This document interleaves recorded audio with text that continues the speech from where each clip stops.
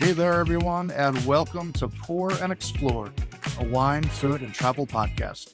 I'm your host, Nick Elliott, the wine guy. I'd love to be your go-to guide for all things wine, food, and the amazing places they take us. Here on Pour and Explore, we'll sip, savor, and wander through the exciting world of wine, discuss incredible cuisines, and uncover the stories behind unforgettable destinations.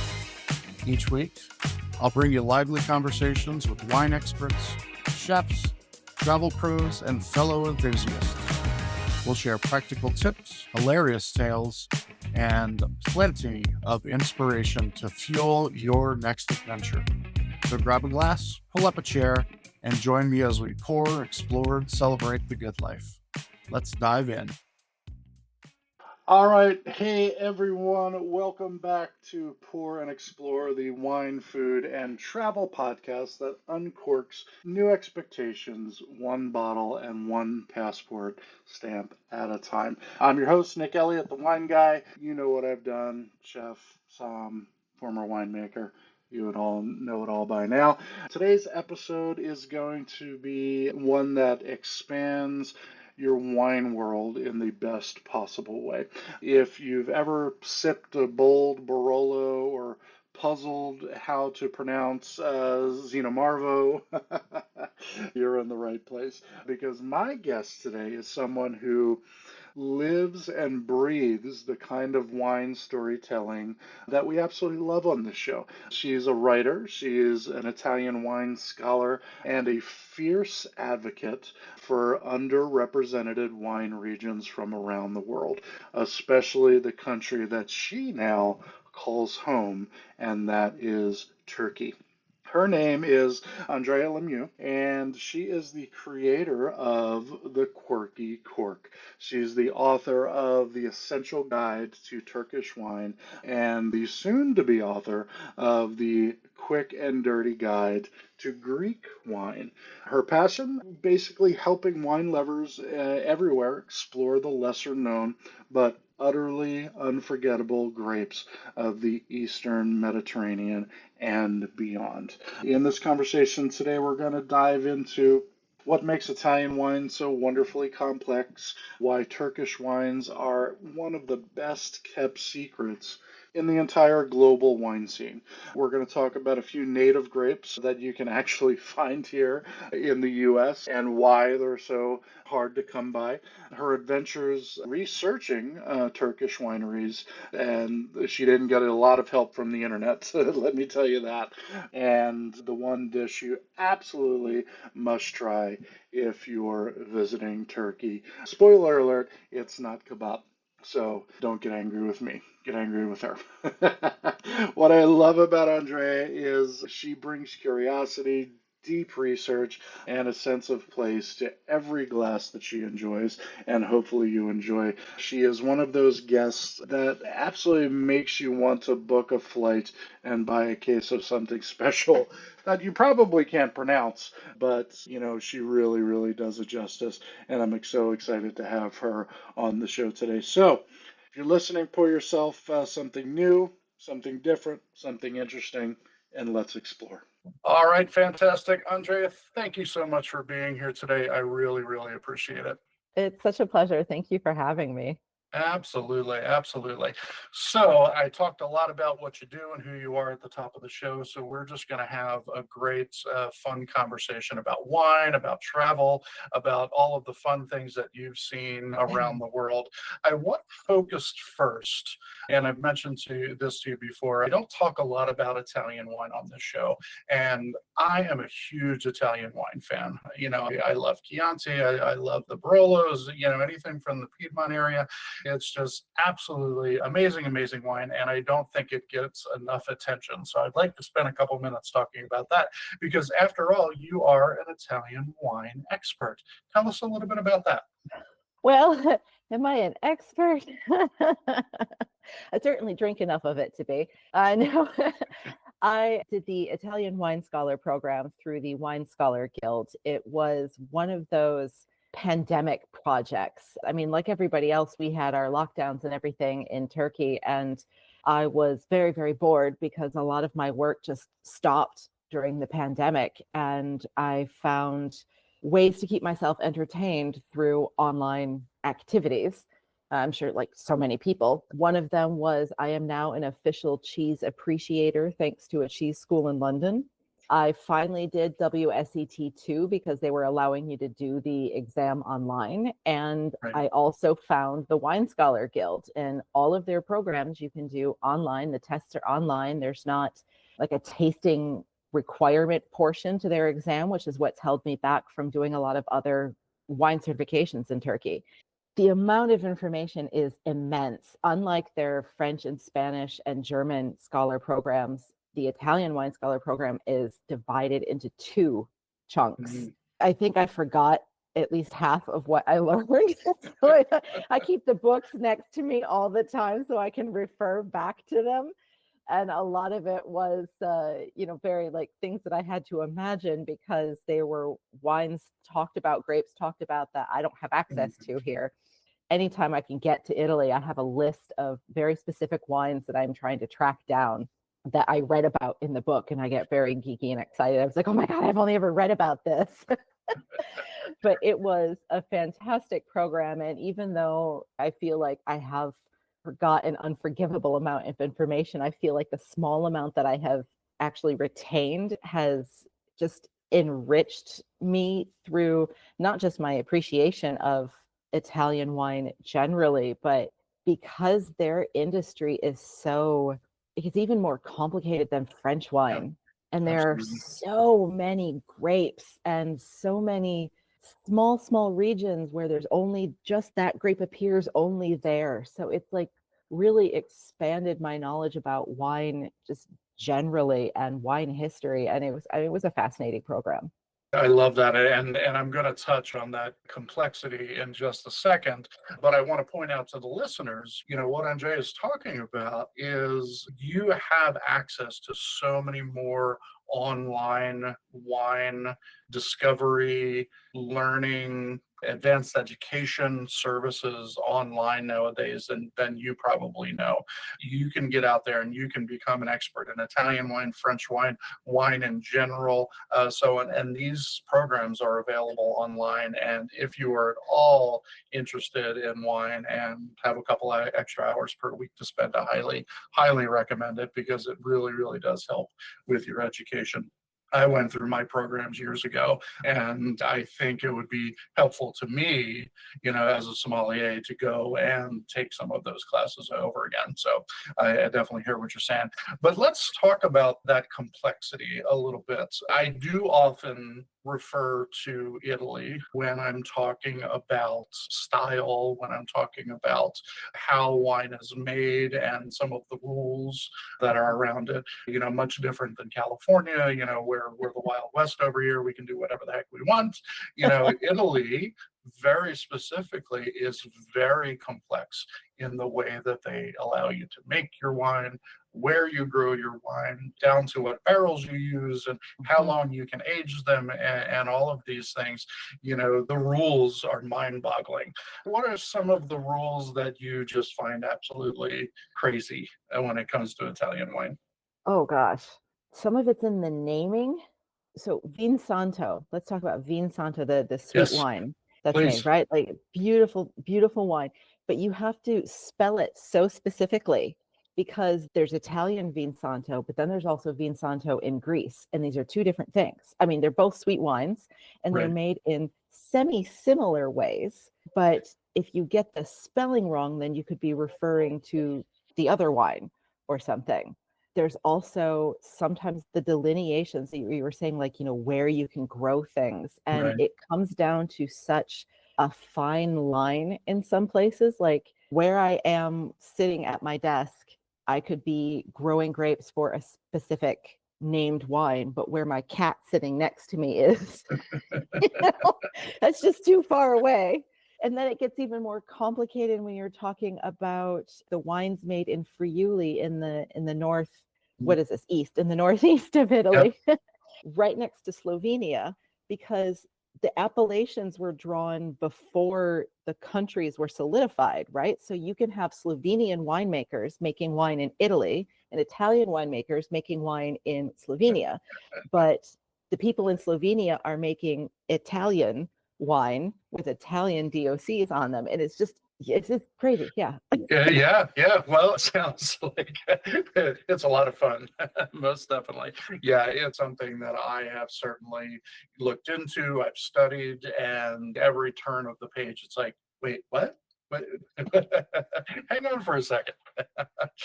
All right. Another thing that you love and that you are a big fan and, dare I say, an expert on is Turkish wine. So I would love to talk a little bit with you about Turkish wine. You're there in Turkey. That's home base for you. Yes. So obviously you have access to the cream of the crop. Tell us some of your favorite grapes and favorite wines that come out of Turkey. Can you give us some things that might be available to us here in the States that you would recommend to I us? absolutely can. I can't tell you exactly where in the States they would Absolutely, live, of course. but okay. So my favorite white grape is called Emir, which is also one of the easier ones to say.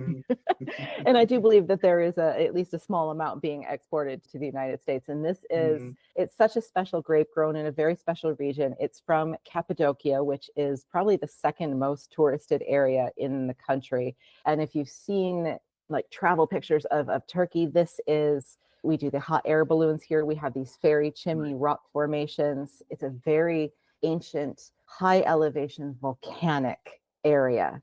And so this old white grape that grows up there, I compare it a little bit maybe to a Sirsico. It's got some of that salty minerality from those volcanic soils. It's got a lot of that acidity and a little bit of the aromaticness of a Sauvignon Blanc. And it's beautiful. It goes with so many different kinds of foods. It's just delightful to drink, I think. And two of my favorite red grapes. One is called Karasakas, which is an Aegean grape. And it's kind of a funny segue. It's a little bit like a Barolo in some ways, in that it's this very, very pale red wine that is deceptive because it hides this powerhouse behind it. It's not tannic the way a Nebbiolo or Barolo is, but it has these huge flavors, lots of pepperiness, lots of just oomph to it, despite the super pale color. And I know there's some of that floating around the US. And there's another grape called Çalkarası, which is also a black grape. We're seeing really interesting examples of it as a Blanc de Noir, as rosés, pet nats we have made out of it. And some of a little bit of all of that is available in the US. And that is just a really lovely, fruit forward, silky, comfortable to drink wine, but that still has depth and still has a lot of like food pairing possibilities behind it. Certainly. And this is more of a technical question just because I'm a geek about it. What are the price points of some of these wines, compared to the US dollar? You're probably getting them at a better rate than we are. Oh, okay. Our taxes here are very high. And since you don't have to pay our taxes, it's actually some cases a little bit less expensive for you. But I want to say US sale prices would maybe be between the $25 and $35 mark for some of these. Yeah, very reasonable. Absolutely. Especially for a wine that you've, may or may not have tried before, and, just to go out and experiment a little bit. I wouldn't mind spending $25 on a little experiment. I like that. Perfect. The other areas in that general region, I had the pleasure of going to Eastern Europe last year, and we visited Bulgaria and Romania and Slovakia and a few other places in that region. And they're really producing some amazing wines. How would you liken Turkish wines to the rest of, and I know Turkey's not technically in Europe, but it's adjacent. Well, I think part of it's in Europe, isn't it? Yes, Doesn't my it? my half Yeah. my half of Istanbul is in Europe, so Oh, yes, okay, that's technically. yeah, absolutely. I forgot it spans two continents, and there's that little waterway in the middle. How would you liken Turkish wine to some of the other wines that you can find in the area? Maybe like Egri Biklav or Feteske Negra or something like that. Well, that's kind of a tough question. And I'm honestly not really sure how to answer Okay, that yeah. because, well, I mean, because like the flavor profiles are so very different. I think on an industry level, though, it's really interesting to me because they all seem to kind of be coming into their own right around the same time. They're Mhm. even though they're all very separate, they're all kind of growing apace. And we don't see that many imports from those countries here. A little bit from Moldova. We're getting more from Georgia these days. I've been to Bulgaria a couple of times because I just love their wine. And also interesting with Bulgaria because in a way we share a region because both Turkey and Bulgaria have a Thrace. And so some of the wines coming out of there, they're different grapes, but share a little bit in like stylistic profiles. But it is very interesting to see all of these countries kind of coming into their own at the same time. And I think a lot of that has to do with the nature of travel, and people are exploring outside of like the regular European countries these days, and people are more and more interested in drinking grapes that they're less familiar with, which is Yes. great for everybody. Well, the reason that I bring it up is, as I was there in Eastern Europe and tasting through all of those countries, we did 9 countries in Eastern Europe last year, and stylistically, for me, there was a common thread through all of the wines, particularly on the red side. They stylistically, they actually all reminded me quite a bit of Italian wine. It's that very rustic, natural, I don't even know how else to explain it, flavor profile. It's bold, it's in your face, but it's still elegant at the same time. I get a lot of that from wines from that region. And since then, I've tasted a bunch of wines from that region after I've come back to the States. They're not readily available, but I had the chance to do that. And my mind was building a connection between all of those places. Obviously they are connected geographically, and Turkey is connected geographically to that region as well. So I guess I was just wondering if you felt any connection there as well. Well, I think for us, especially when it comes to the red wines, we really have kind of 2 categories of wine styles. So foreign grapes are incredibly popular here, and there's a historic and a cultural reason behind that. I think a lot of the foreign grape wines, especially like the Syrahs, the Bordeaux blends, they're very kind of where California was 15, 20 years ago. They're heavy. Not all of them. I'm making generalizations. Some of them are quite Of wonderful. course. Yep. But they do tend to be a little bit on the heavier, more alcoholic, oaky side.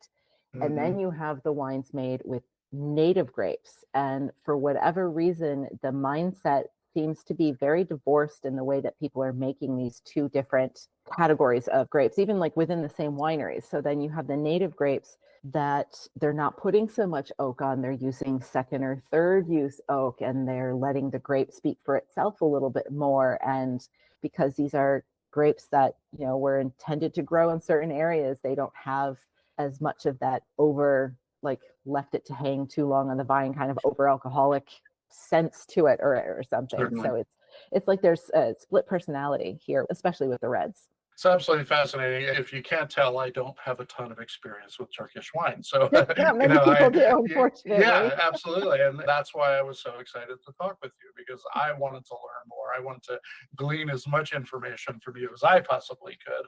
And then I'm going to go out and try to find some of these grapes. It's interesting that you brought up, these countries kind of all being up and coming wine regions. And it made me think that it's not unlike what's going on here in California as well. And, obviously California is an established wine region, although it is comparatively one of the newer wine regions, in the world compared to Georgia or Turkey or Bulgaria even. But we're heavily established in the world market. Now we have areas coming up in California. Temecula comes to mind, which is just about an hour north of where I live here in San Diego. And, for wine regions in California, Temecula can be called one of those up and coming wine regions as well. And I was talking to some folks about it and just having a conversation about why that might be. And I'm wondering if the same could be true for the areas that we're talking about now, in that they're attracting more talent as far as production goes. I'm finding that the winemaker talent and the vineyard manager talent in Temecula are, well, first and foremost, the wineries are paying more money, for them to come in, and so on. And with that, there's always an upswing in quality and so on. And I'm really just thinking out loud, I'm wondering if the same could be said, for Eastern Europe and Turkey. Are they attracting talent? Are they sending people to enology school, viticulture school, things like that, to learn it from a scientific level and then come and then practice the art of winemaking?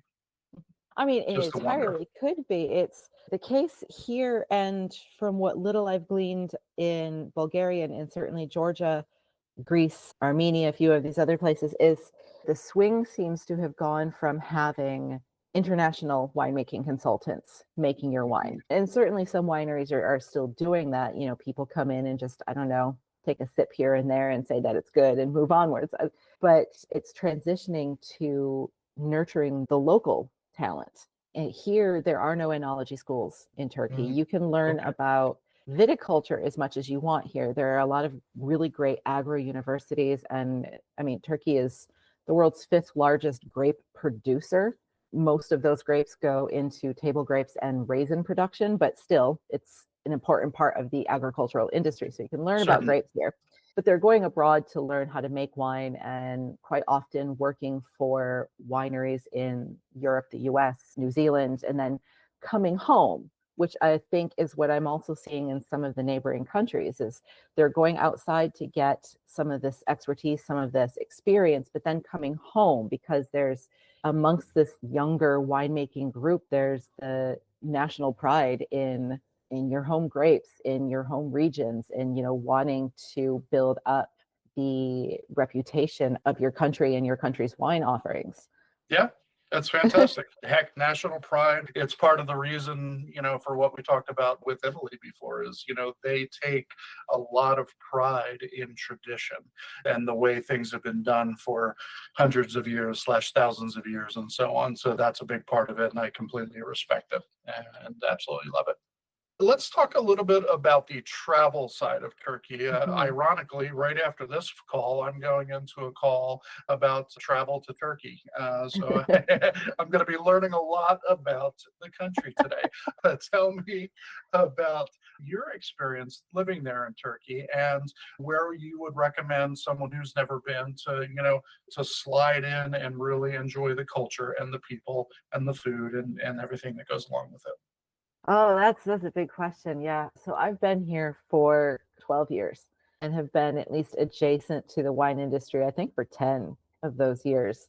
And I have seen, I want to say, probably most of the country, because while researching my book, The Essential Guide to Turkish Wine, sorry, I got to back up a little bit. Advertising alcohol is illegal here and has been since 2013, which means that the majority of wineries here don't have websites. They don't have media kits.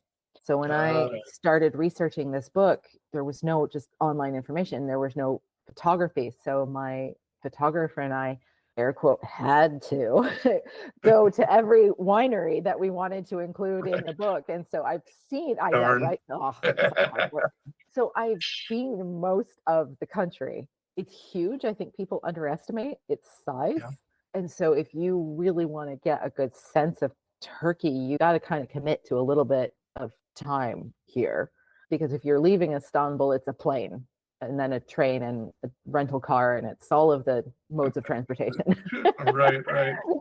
But if you've never been here before, I mean, you have to start in Istanbul. You have to do the big iconic things here, the Blue Mosque, the Bosphorus tours, go look for dolphins in the Bosphorus, Topkapi Palace. You have to see these things. But Istanbul is very much like New York in that Istanbul isn't really Turkey the way New York isn't America. Sure. If you go outside of Istanbul, there are a couple of different ways you can do it. If you don't have much time, one of the best ways to do it is to take a day trip to Izmir, which is kind of the nearest to us biggest city. Okay. And there are some magnificent Greco-Roman ruins along the Aegean that you can visit within a day and then fly back to Istanbul. If you have a little bit more time and you're not afraid of renting a car and driving around, which Google Maps works great here. I mean, sometimes you might get lost in an olive grove that you're not supposed to be in, but find yourself out. You'll get out eventually. But exploring like the southeast of the country, I can't even describe how beautiful it is, especially for your audience. We're talking to Americans, so Americans know we have such a vastly different country in America, right? Like you've got like the beautiful red deserts of Nevada and some of the other states there that I've never been to, and then swampy Florida and snowy Northeast, and that's what Turkey is like. It's like there are so many different beautiful things to see, and even if you're not going to see a traditional site, you will never have bad scenery here. Absolutely never. But if you want good food, you need to head to the southeast. You need to go to Gaziantep. You need to go to Hatay. If you want hospitality, I mean, that's frankly anywhere. This is such a hospitable country, but particularly like in the Aegean and the Mediterranean, people are so warm and welcoming. You can't go wrong here. Maybe I've been here too long and I've romanticized it. I don't know, but you can't go wrong here. Well, no, not a bit. I talk a lot about that as well, when it comes to travel. And even here in the States, traveling an hour or a couple hours away, you're going to get a completely different experience than where you are. So get out of where you are and go explore something different. That doesn't have to be Istanbul, but heck, go to Boston, go to St. George's, Utah, and see that beautiful red desert and all of that stuff. So highly recommend it. I'm glad you brought up food because I have to slip in a little question about food, of course. If I'm going to try one Turkish dish, what has that got to be? Oh man, I'm not prepared for this question. Oh my gosh, no, this is such a big question. There's so much different food here. Oh, there's so many things that I love, and they're all like bombarding me for, attention right now. It's a Friday night and you want to go to restaurants and you're hungry. What are you choosing? There are so many different foods, and they're so different depending on where you are in the country. Sure. But I think what I'm going to say is there's a meat dish. It's not a kebab, although we do have many lovely kebabs. It's not a kebab. It's called kavurma. And kavurma is, I think the way to like compare it for Americans is it's kind of like pot roast. It is incredibly slow roasted, falls apart meat. And they use it in so many different ways here. And it goes on eggs for breakfast. It goes on pide. It goes, with itself or in a casserole. And it's just the most richly flavored meat you will ever eat. Tell us the name again. Kavurma. Kavurma. Kavurma. All right, you heard it here first, folks. Kavurma from Turkey. You got to try it. Find a recipe online. I'm sure you can. Awesome. You mentioned your book a few minutes ago, so I want to talk about that. And then I also understand there's some other exciting news that you have something else coming up and out on the market really soon. Tell us about your writings. So my writing really started with the website, with the Quirky Cork, and I still try to keep it up. It is still mostly about Turkish wine, but I like to, as much as I can, as much as I have access to the wines, talk about wines from kind of some of these neighboring countries that we've been talking about, like the quirky wines, the weird ones that you don't normally find just anywhere. And a number of years ago, it feels like a very, very long time ago now, I started researching a book about Turkish wine because like I couldn't believe that this country that is kind of built for tourism and gastronomy didn't have a book about the wine. It gets mentioned in a few other places, but there's not been a dedicated book for the country's wine, and it just kind of blew my mind. So that's what I did. I roped in a friend who studied to be a food historian and is now a baker on an island in the city, but a fantastic photographer and speaks much better Turkish than I do. So I roped her into it, and we, spent alternate weekends traveling the country, trying to meet as many winemakers, wineries, trying to get the story. So this book, The Essential Guide to Turkish Wine, it talks a little bit about Turkish wine history, which is a huge topic. I mean, it goes back to like the Neolithic pre-recorded history. So, Right. Trying to do that in an elevator pitch. Modern Turkish wine culture, the native grapes, because Turkey has more grapes even than Italy with their 800 something grapes. We have over 1,400 grapes here. And then really the meat of the book is talking about the wineries themselves, their stories, and particularly why so many of them are persevering and making wine in a country that does not have a welcoming alcohol atmosphere. Right. Yeah.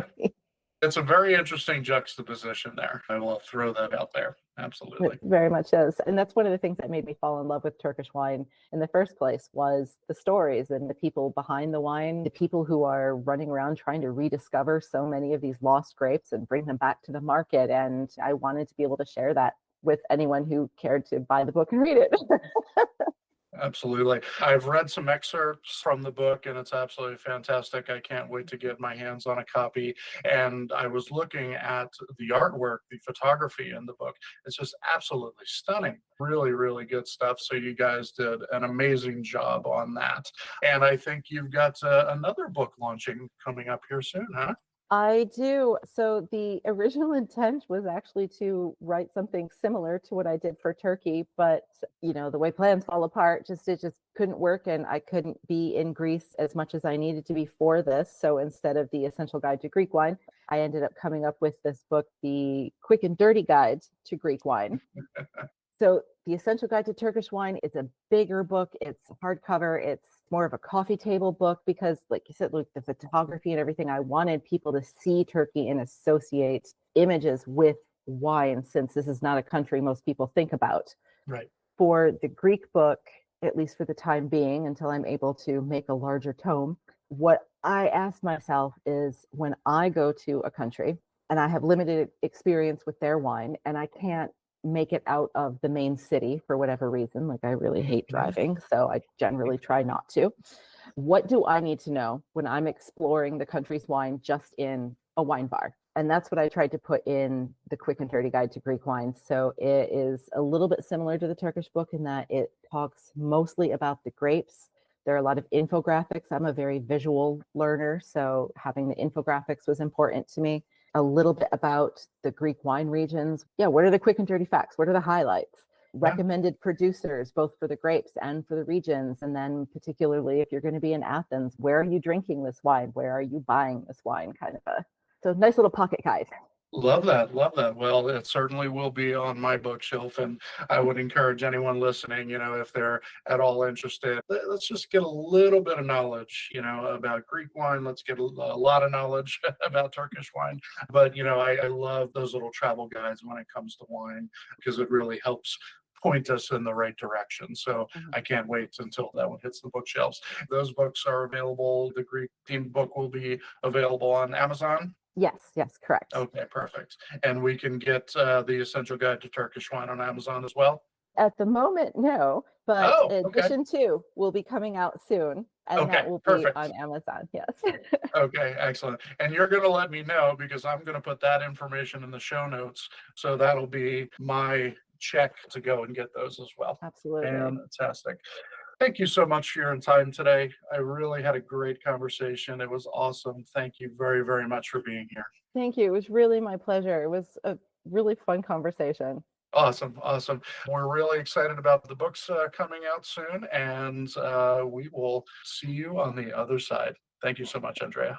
Thank you. Wow, what a ride. I hope this episode has you craving some Turkish wine. I know I am. Booking a hot air balloon, or at the very least, Googling how to spell some of the crazy wines she was telling us about in this episode. Big thanks to Andrea Lemieux for joining me today and sharing her deep knowledge, her travel stories, her love for grapes, and the people of Turkey, of course.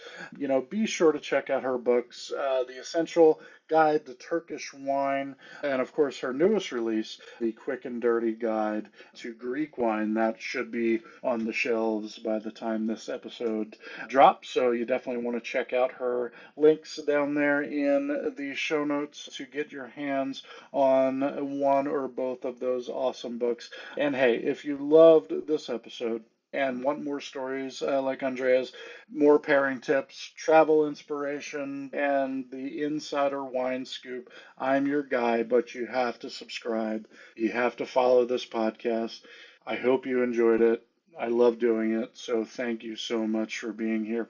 Make sure that you're signed up for my newsletter as well. I send it out twice a month, so it's bi-weekly, and it's full of tips and tricks and destinations and talk about my upcoming tours. You're going to, get some food tips and meet new people. It's really, really a fun thing that I do every month, twice a month. So make sure you do that, and you can sign up for that right there on my website. Just go down to the bottom and type in your info, and I will send that out to you every few weeks. I would really appreciate it. Thanks for listening.